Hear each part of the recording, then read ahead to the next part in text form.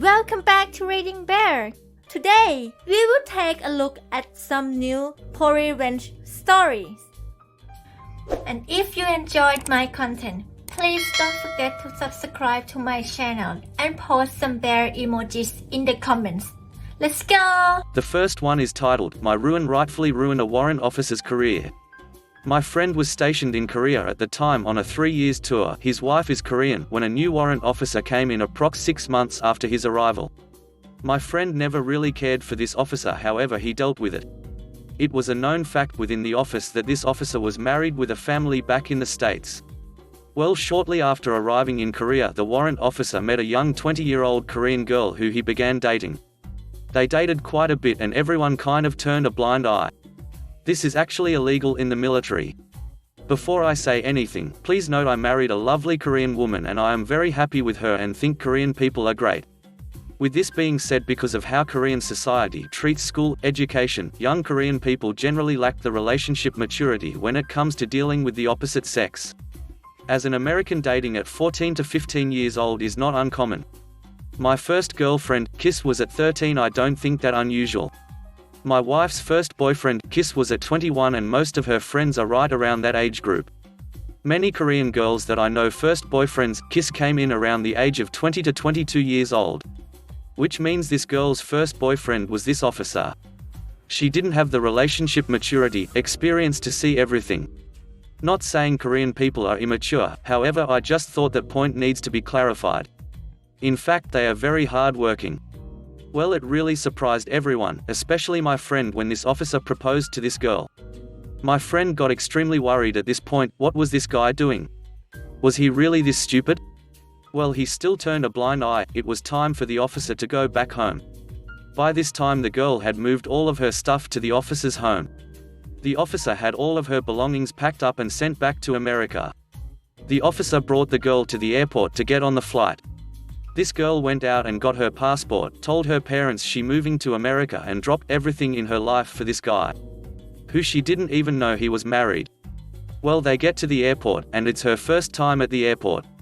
They walk around, grab a coffee, etc. when he tells her he has to go to the bathroom. He grabs his bag and off to the bathroom. She waited for him for approx 30 minutes before she decided to start looking for him. She spent a good 45 minutes checking for him, asking around if anyone had seen him. She got airport security involved about 2 hours later, but they weren't much help. She was in tears. She of course thought the worst, something terrible had happened to the love of her life. She called my friend in tears. My friend was obviously confused. The flight had been scheduled to leave 2 hours ago. What happened? He handed the phone to his wife so she could speak Korean, and he saw his wife's face go from a face of concern to confusion, and then he knew. Her face became angry. I'm sure at this point she'd like nothing better to cut his balls off. His wife explained everything to my friend. The officer had abandoned his girlfriend, future wife, at the airport. Not only did he ditch this girl in the airport with the pretense of living with him forever, he also took all of her stuff to America. My friend rushed off to the airport, a lengthy drive approx 3 hours, to collect her. On the way he took the time to make a few phone calls. He had one of his soldiers even pull the officer's home phone number. Let's just say my friend had a very interesting conversation with the following individuals: 1. Commander of the officer's former unit. 2. Commander of the officer's next unit. 3. His wife. I'll let you assume how those conversations went. Suffice to say that officer was discharged from the military and received a court-martial. Here is what I know what happened for a fact. 1. He got divorced, alimony, child support. 2. He got kicked out of the military, he lost his retirement. This was worth millions of dollars over the course of a lifetime. The next one is titled, the first one is titled, Don't Mess with the Pregnant Lady, You Just Might Die. When I was pregnant with my second child many years ago, I took a part-time job working at the base recreation center for morale, welfare and recreation on a small military base where my husband was stationed. When I was hired, there were a total of 4 employees. Myself, my manager, Amy, the girl I was hired to replace, her husband was due for transfer, and Frank, a retired Marine who lived in the RV park on the base. My manager's boss, Carrie, also had an office in the building, but she spent most of her time off-site. 3 months into my employment, my boss was promoted to the main office and I was asked to cover her position until a replacement was found. Frank took my temporary promotion as an insult, as he had seniority and quit. So my part-time job that was temporarily a full-time job suddenly became a 60-plus hour a week job. Bear in mind I was almost 7 months pregnant at this point. The new manager was hired relatively quickly. Base commanding officer got involved, not really relevant to the story. New manager was great, we enjoyed working together. Unfortunately, a month after she started, she received an offer for a higher paying job and decided to take it. When I was again approached to cover the position, I agreed, but only on the condition that I was also considered for the position permanently. It was a general Schedule 5 position, roughly 40 grand a year in today's pay rate. General schedule positions were hard to come by during this time. Clinton era, lots of military downsizing. You basically had to be in a general schedule position to get another one. Carrie agreed and told me she would let me know when the interviewing process started. She also informed me that I needed to train the new assistant. I was also an assistant when she started on Monday. Monday rolls around and new girl, Heidi, comes in. I begin processing her paperwork and I realize she makes more an hour than I do. I found this odd and asked her if she's ever worked for Morale, Welfare and Recreation before, and she said no. I let this go for now and decided to ask Carrie about it when she came in. Carrie didn't know and told me to ask Linda, our HR, payroll clerk, when I turned in Heidi's paperwork. After my shift, I stopped by Linda's office and handed her the paperwork and asked her why Heidi was being paid more than me. She immediately got defensive and asked me how I knew Heidi's pay rate. She said something about how we were not supposed to discuss such things. Something I was unaware of, and I pointed at the paper I just handed her and she said, "Oh." She stared at me for a moment and then apologized to me for making an assumption and said she needed to look at my file.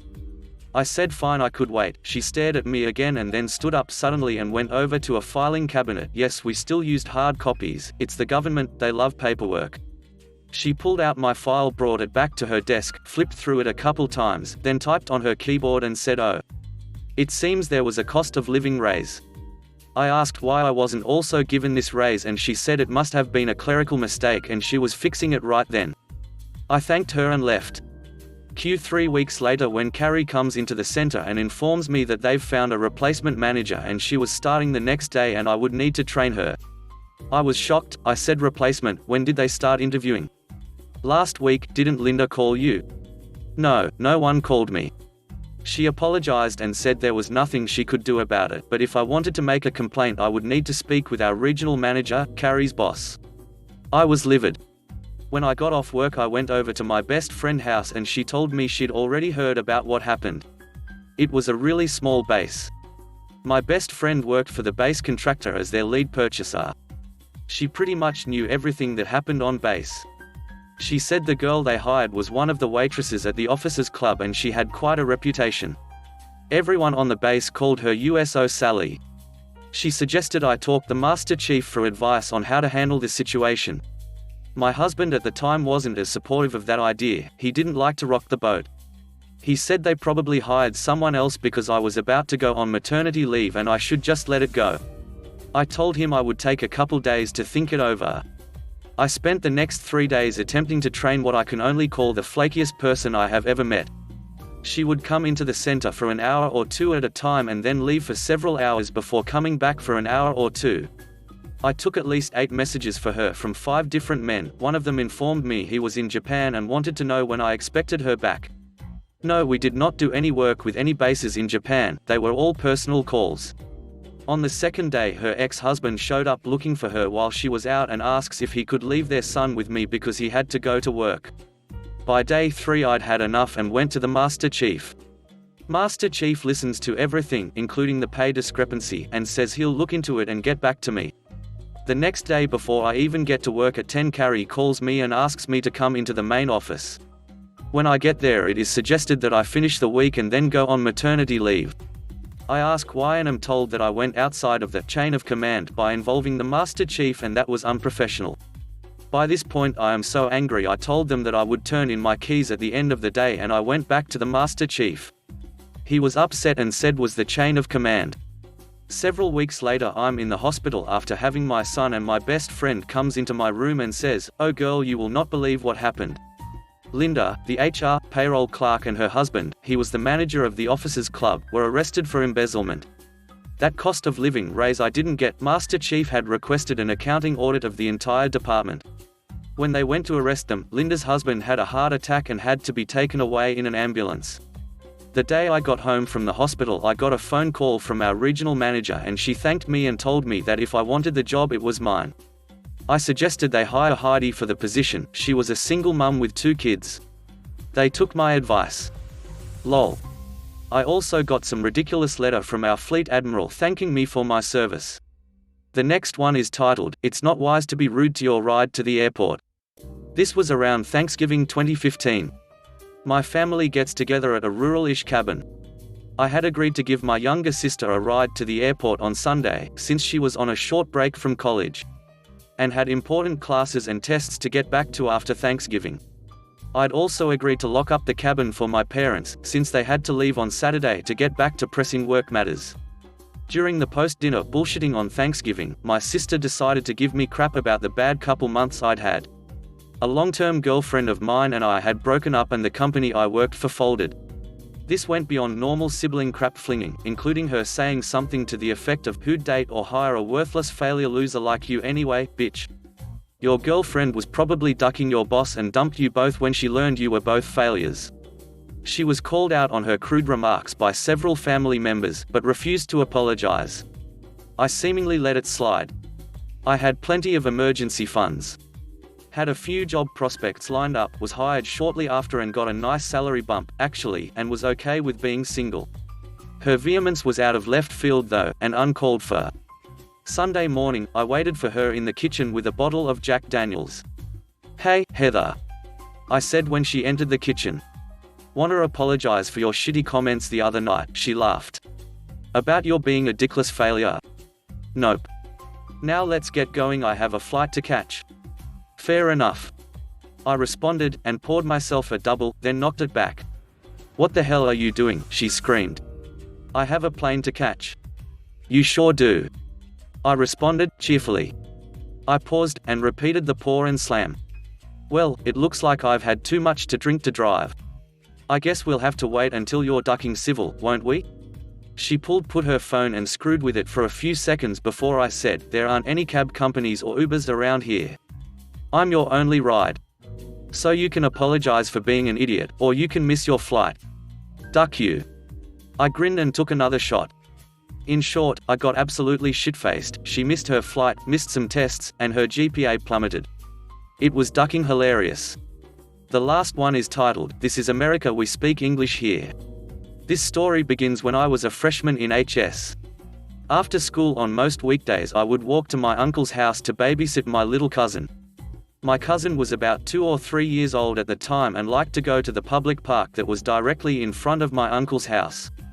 It was a simple park, about the size of a football field, with a playground in one corner and the rest being all grass. One particular day my cousin is begging me to go to the park, so I take him. For a while we were the only ones there. My cousin was too scared to go down the slide from the top by himself, so I was picking him up and letting him slide from about halfway. He was having a great time and laughing. Soon a lady comes up with her daughter and they start playing on the swing set. Well, the lady was sitting on the bench and her daughter was trying to play on the swing set. Now here's an important point to the story. When I speak with my little cousin, I speak in our native language. He can understand English, but I'm just so used to speaking my native language with my family that it just happens naturally. So I'm speaking to my cousin, trying to encourage him to go up to the top of the slide, and he's on his way up, psyching himself up. Then I hear the lady yell out, "Lady, hey, you need to speak English when you're around me." Me, huh? I'm just telling him to. She cut me off. "Lady, this is America, we speak English here." Me, I'm just trying to play with my cousin, he doesn't speak English too well. I lied, he understood English. "Lady, I don't care. You speak English when you're around me and my daughter." So I'm upset. I've had my experience with racism, especially post 9/11. I'm Indian, but I look very Arab and got harassed a lot after 9/11. This, however, was different. I'm just here with a child and he was visibly having an awesome time playing at the playground. There was no reason for this lady to impose her BS on me. So I decide, duck it, if she wants me to speak English here, have it. Me to my cousin, hey, let's ignore the idiot and continue to speak in my native language to tell him to slide down. Her, what did you just call me? Me, oh, I called you an idiot because that's what you're being. Her, oh my gosh, I'm calling my husband, he's gonna kick your butt. At this point I feel the need to try and get out of there, so I start telling my cousin to let's go. While I'm trying to leave, she keeps yelling and screaming at me about how her husband is on her way and he's gonna kick my ass, blah blah blah. Even says she's gonna call the cops because she thinks I'm a pedophile, and whose kid am I with? Anyway, I leave and get home. I was paranoid for a few weeks after that incident, thinking the cops were going to want to talk to me or something. I avoided the park for a while. I told my uncle what happened and he agreed that I should avoid the park for a while too. So let me get to the revenge part of the story. Now we're in the present and it's been over 10 years. I've graduated HS and got a job at this plant. The thing about this plant is that it's one of the few places in my city that pays well over minimum wage. A lot of the people in my city try super hard to get into this plant, but few do. Most people end up moving out of my city or commuting over an hour where all the good jobs are at. Another important note, and I'm not trying to brag or anything, but through a series of promotions I got due to actually having computer skills and being at the right place at the right time when certain key people retired, I ended up becoming the number 2 at the plant. I have a really good plant manager who has a lot of faith in me and he's took me under his wing. So one of my job responsibilities is hiring people and making sure they get trained properly. A couple weeks ago we had to let go of one of our office ladies because reasons. So I called up the placement agency I use and let them know I need an office administrator type person on Monday. Monday comes around and guess who shows up? Yup, you guessed it. It's the racist lady from the park. She for whatever reason doesn't recognize me, but be assured I recognize that racist idiot. Her face is ingrained into my brain. I go through the typical introductions and pass her off to HR for a bit to make sure she fills out some paperwork. After all that, I give her a tour of the plant and let her know which areas she's allowed to go and which areas she's not, and etc.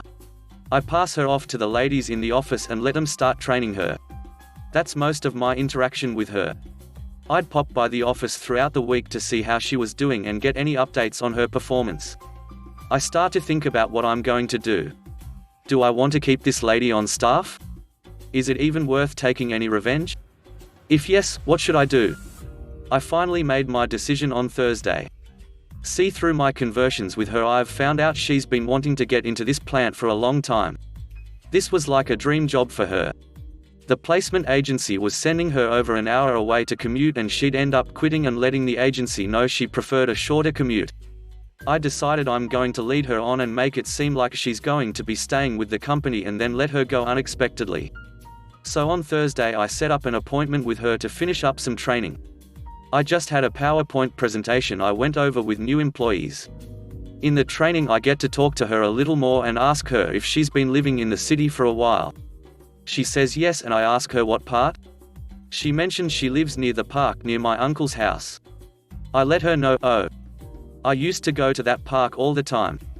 I used to take my little cousin, but I stopped because I ran into this racist lady one day who threatened to have her husband beat me up because she wanted me to speak English. Her face changed. It's a weird thing I noticed. Her face went from kinda happy to straight scared.